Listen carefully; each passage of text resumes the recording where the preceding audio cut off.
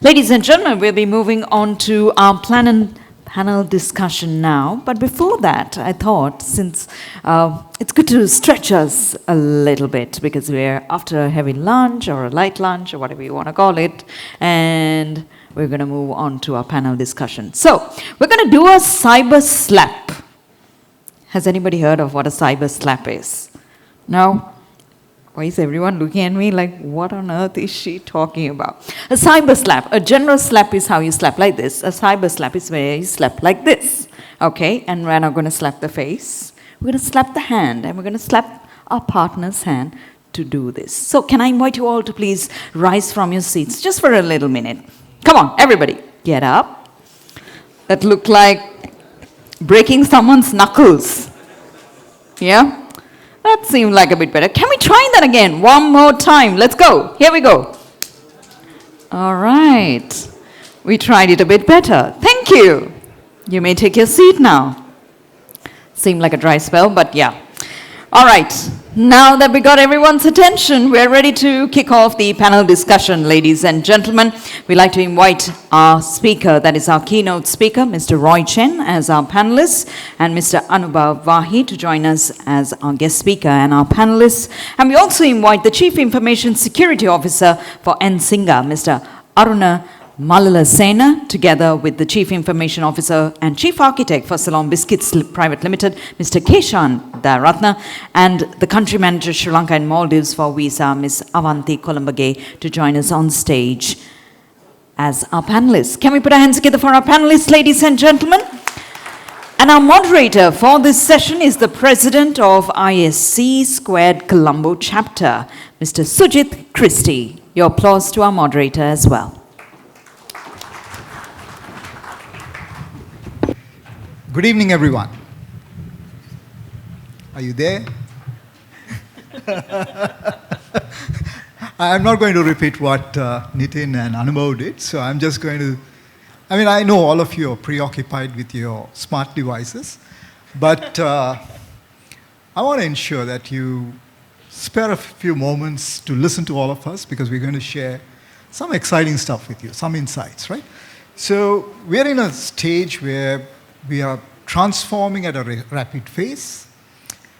The challenges, we heard Vipin talk about it, we heard Nitin talk about it, the previous panel discussed the different challenges, talked about gaps, and we heard Roy talk about the landscape which he's trying to service. Anubhav, you talked about the threat landscape and the capabilities, and in fact, you also spoke about the breadth and depth of the attack surface, right? So with that thought, I would like to emphasize, we all talk about security. We all use the word resilience very frequently. And I guess I asked this question from Anubhav yesterday. What is a crisis, right? So I'm not going to dwell into that, but I want to ask you the same question. What in your mind is a crisis? Would crisis lead to testing of your resilience, or being resilient would wade away the crisis? So that's for you to find out, right? So you may not have an answer here today, but you need to reflect on that as you leave this event today and find answers as quickly as possible. Because very soon, people are not going to be talking about compliance, people are not going to be talking about security, they are going to be asking or talking about how resilient are you, right? So without further ado, I am going to start with Roy. A very simple question, right? You spoke about a lot of things, and one thing which kept ringing in my ears, even it rings in my ears right now, you spoke about CS3 or 3CS, whatever way you want to call it, right? There's so much of services, so much of products. And today, I think somebody asked a question from the regulator. Are the financial institutions allowed to adopt cloud in Sri Lanka, right? Whereas the private sector organizations have already embarked on that journey. Who's responsible for security? Who is responsible for resilience in the cloud? That's your question, Roy. Okay, thank you. As mentioned before, the security, it cannot be one independent law to do that. It should be one joint collaboration model from the government level to do top-down need to legislation to do this one, and also for the industry from provider, from the user, and also even for the each citizen and individual, they need to also have mind for security. So that is not one independent, okay? If we talk about the specific case of the one specific customer or user, so he is the first one need to keep less one for mind, then he can call less resources to do that. So I still suggest less kind of security. First is for each government need to have some kind of legislation to do that, because all the scam, all the data breach, they need to find out where you are, where is it. So the location is the first. So who have the ownership for location? Government. So if you have this one, can be better protection for that. But then each individuals, you need to keep your own alert of the security. Okay. That's my answer. Thank you. Right. So thank you, Roy, for setting the tone for this discussion to proceed further. But audience, this is for you to reflect, right? While he very correctly said government is primarily responsible from a geographic perspective, I would also emphasize that the government is responsible for legislating and bringing in the necessary legal framework so that the organizations can function and also transact cross-border. But the question to you, all of you, is to understand what aspects are you going to be responsible when you adopt cloud, and what aspects of the cloud infrastructure would be still managed by the cloud service providers. You guys need to find that answer so that you are very clear in terms of where that fine line is drawn, right? So I'm just moving on to Kishan, right? Anubhav did mention that there are so many products, there are so many services. You look at the cloud, there are so many products and services you can avail. And so is true with security as well. In your experience, does that mean you go to cloud, you're secure? It's like this. Going into cloud doesn't mean you're 100% secure. It always depends on the tools that you use to get yourself protected. And when we talk about all these tools that we use, it all depends on the solution that you're going to deploy on the cloud. And to choose what tool is right for you, you need to understand the solution. And then if I go back a little bit to the beginning, going to cloud is a shared responsibility between the organization, between the cloud provider, as well as the SOC team, the NOC teams, if you have external teams. So you need to understand all these requirements along with the compliances. So before you go and put any of your solution into cloud, you need to involve all these people and understand what kind of a tool set that you need to have before you deploy your product on your solution onto the cloud. So one of the great mistakes that organizations do in this sense is that they become very picky. They act like people who walk into restaurants and they look at the product, they look at the cost, and they miss out a lot of things.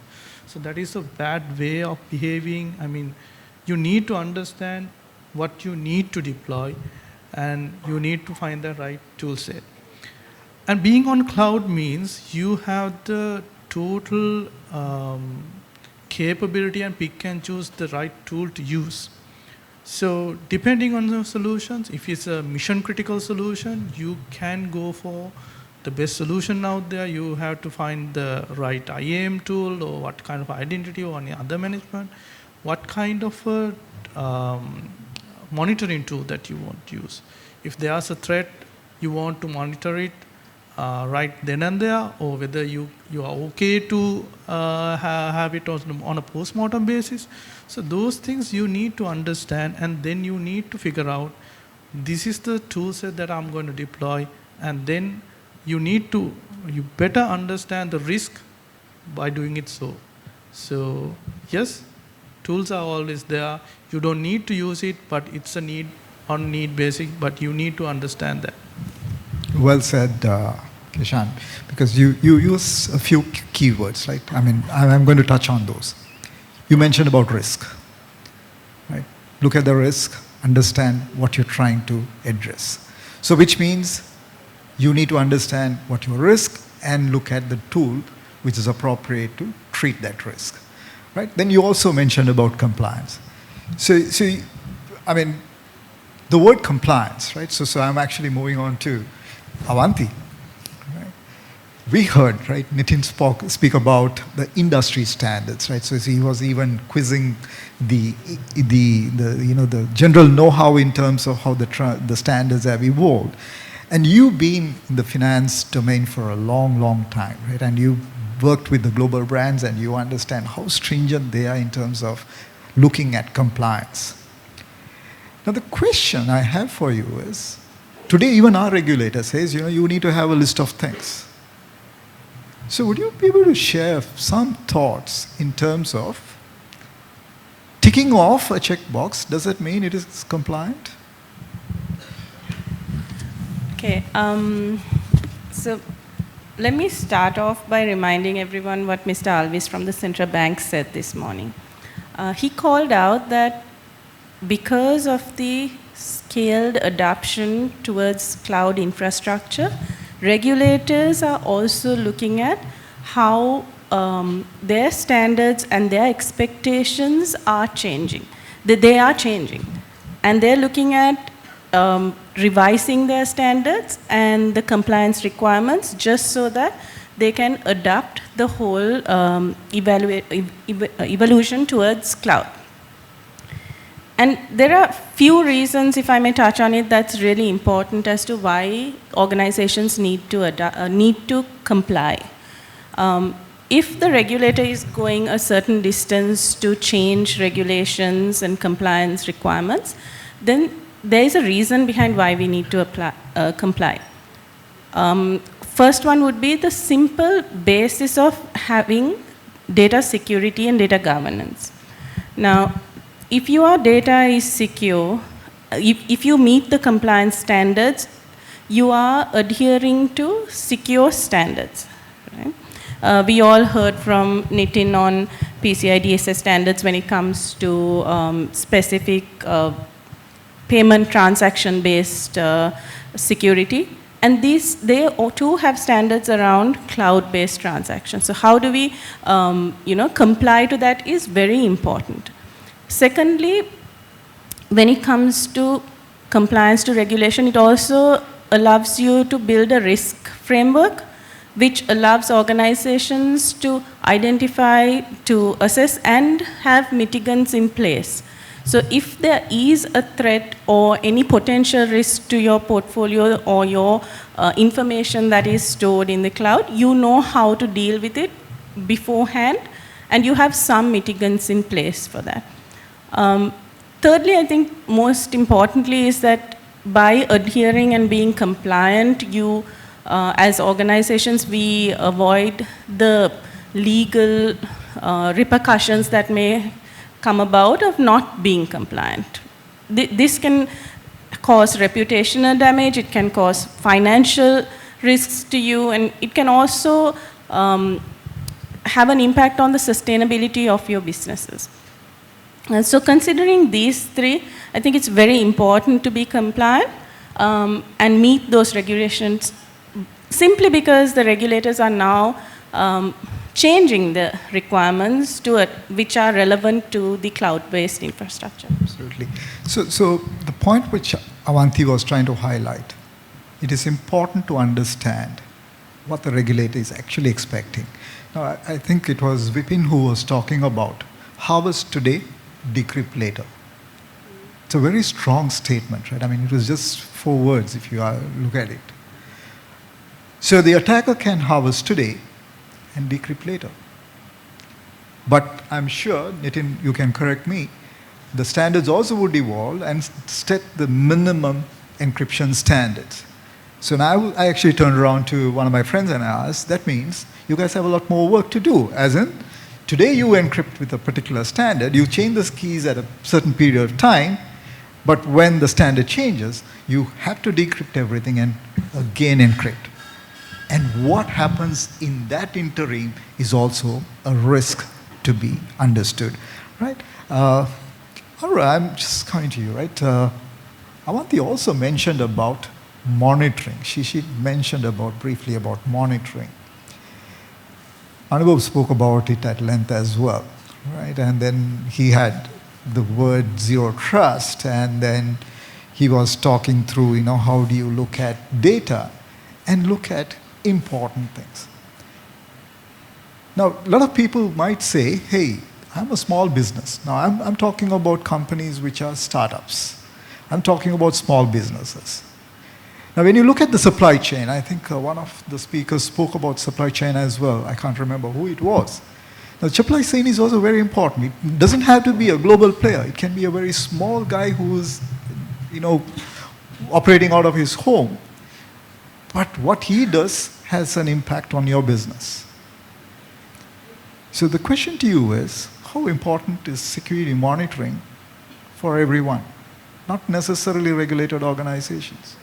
What's your take on that? So let me enter from the facts of why, what and how point of view. So what's happening around us is with the power of connectivity, data, and of course the massive processing power available at our fingertips. Around all these things, we are transforming. So the way we did business is no longer valid now, so we have to transform. It is a business need.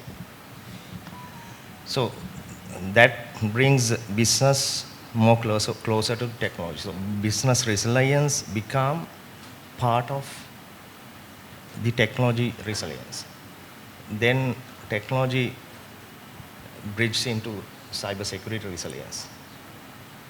So when we talk about cyber resilience, we are talking about mean time to detect, mean time to respond, RTOs, RPOs of our critical processors and assets.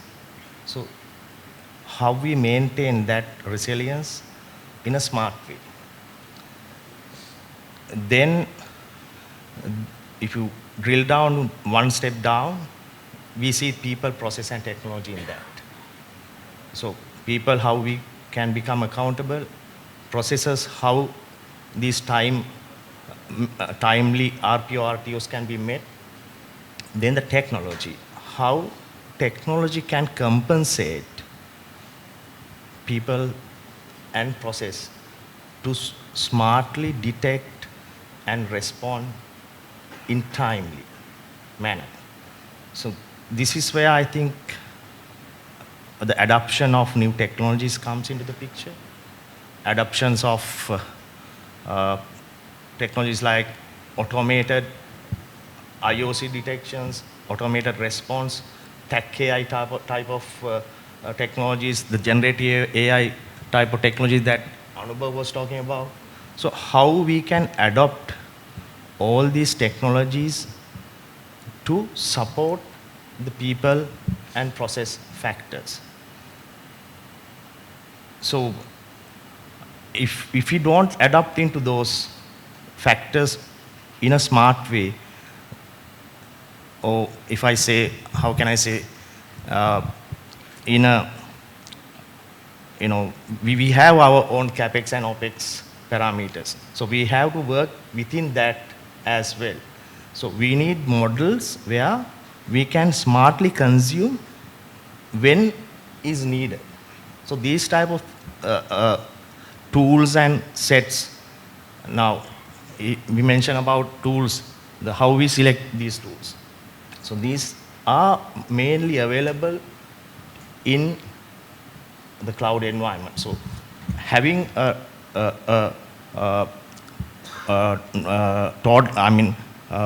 purchasing it as a capex model is difficult for us. So we have to consume this in opex transactions, so where we can smartly use it and dismantle when we don't want it. So less stickiness has to be there. Absolutely. So what you're saying is, today we do have the options to go cloud and have the services, monitoring services enabled in the cloud itself, right? Yes. So before I ask my question from Anubhav, audience, I'll be finishing with Anubhav and I'll give you an opportunity to ask any questions from anyone, right? So please have the questions ready. So that you get an opportunity to ask your questions with them as well. You heard our elite panel talk about various things, right? And we also have been having our side chats on various things. There are two thoughts, right? Some people say, get the best technology, it will do everything. We don't need people. And on one hand, and I have my colleague Sitira here in the audience who is with the SLASCOM Capacity Building Forum, and I think Boshan, you are also part of the Capacity Building Forum. And we're saying we need a lot more people. And then there's another crowd saying, generative AI, and where are we headed? On one side, we are talking about enormous amounts of events, right? If we are talking about 400 million alerts in 2 seconds, any of the SOC teams would just collapse. Hello. I love the question, by the way. And I wish I had a crystal ball to look at and state what's going to really come out of all of this. But there's always a merit. And I think some of us who've probably learned history in school loved it, and some of us didn't. But I'm just digressing for a minute, but I happened to walk into my child's school for a PTA meeting, and I realized how important history is, because it teaches us a lot of lessons. So yes, it's important to be forward-looking and embrace technologies with open arms, but there's lots to learn from what's happened in the past historically and question ourselves on, did we not have the right technology, or did we not make the right technology decisions in the past from a security standpoint? And if any of those decisions have helped us reduce personal fatigue or improvise our detection capabilities, we've done a good job. Let's accelerate. But if we haven't, continuing to do that and continuing to embrace new technologies will not help us. Since the question is also around elements of AI, as I outlined in my presentation, Google's perspective is do it boldly but with a sense of responsibility. Because we are at a stage where these models have to evolve. And at this juncture, there's lots that we can draw from generative AI to enable the security teams to do their jobs better.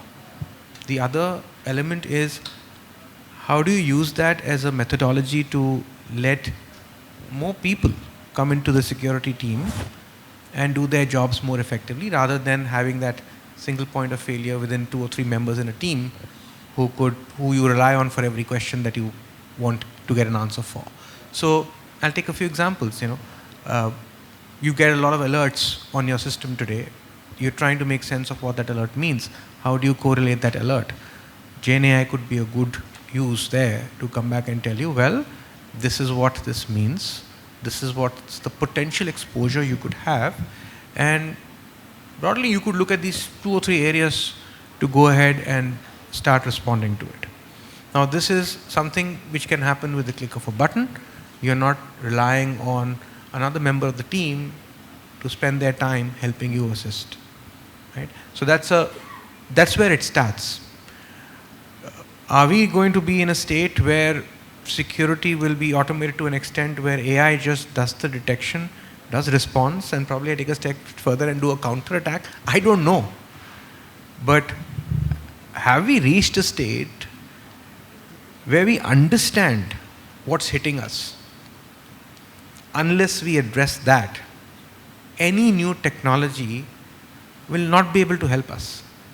We need to understand what's hitting us before we start deploying countermeasures. I hope I answered. Thank you, Anubhav. Right, audience, do you have any questions? Do you want to ask anything? Yeah? Yeah. Bhushan?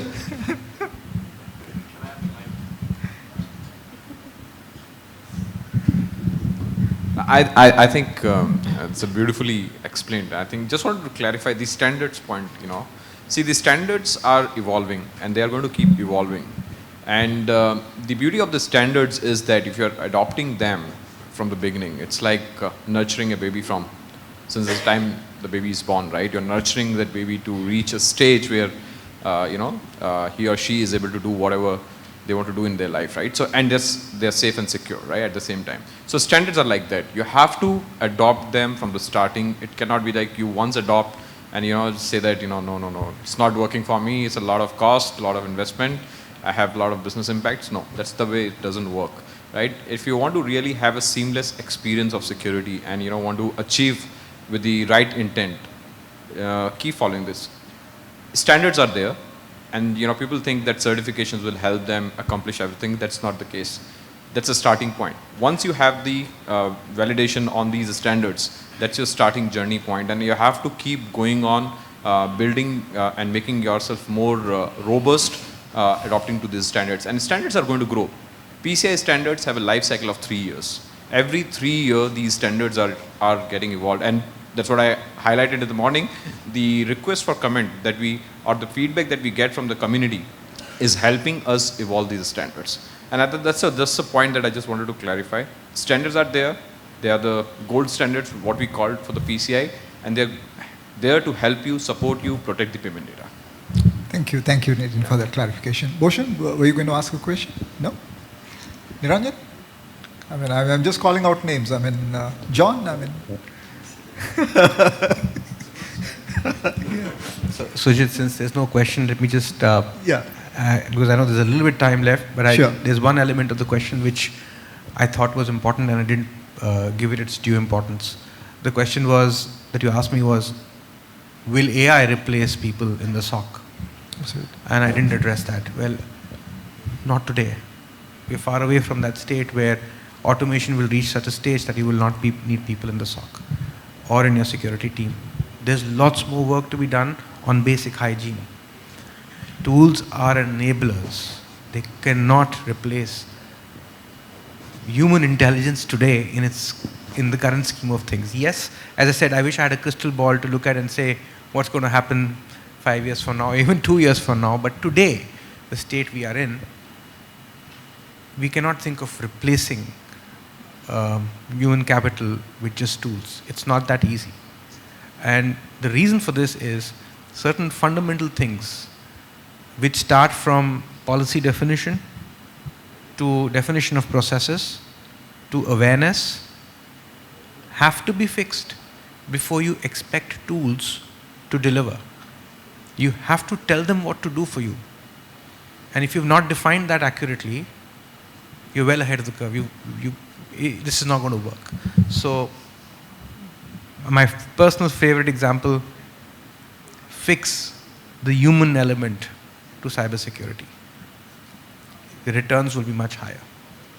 Just to add a small thing there, actually, correctly said, AI will not replace, but certainly with my experience, what we have seen here, it is compensating heavily to cybersecurity.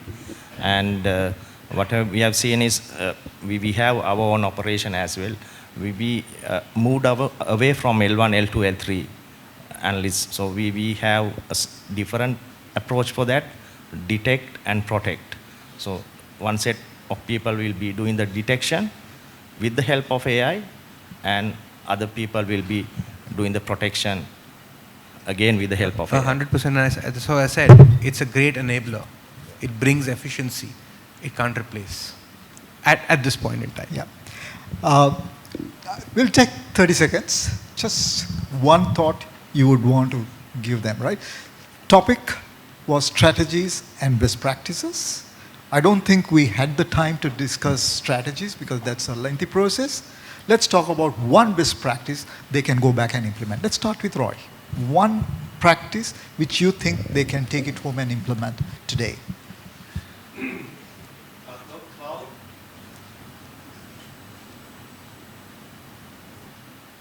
Adobe Cloud and be prepared and synchronize and multi-collaboration. Then we will have a bright future. Thank you. Thank you. Anubhav? Every time you think of adding a new capability from a security perspective, do keep in mind what complexity it will create in operationalizing it. So best practices around operationalizing security is important. Avanti?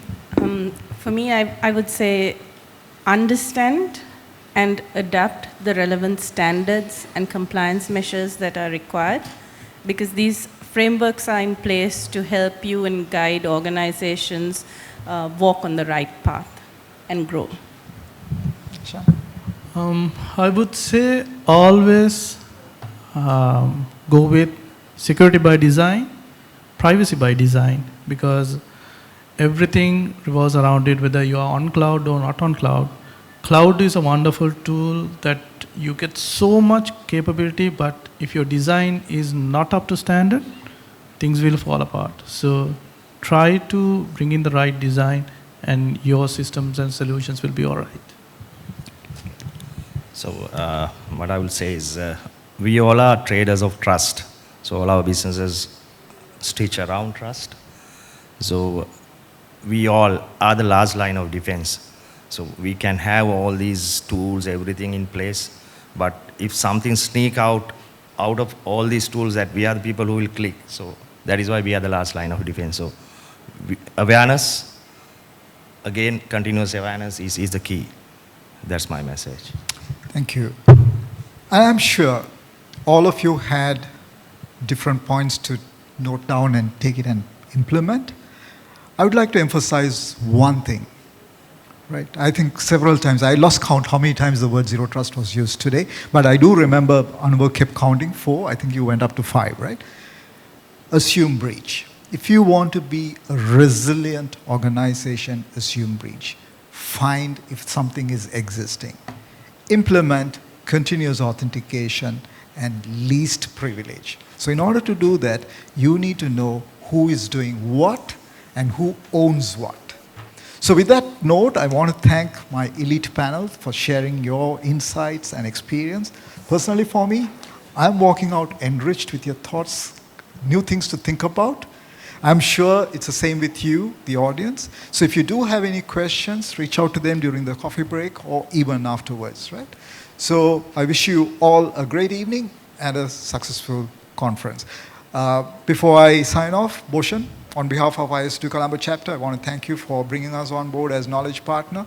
It's been a great experience interacting with people. Looking forward to collaborating with you going forward. Thank you. For more latest news, subscribe to FTTV.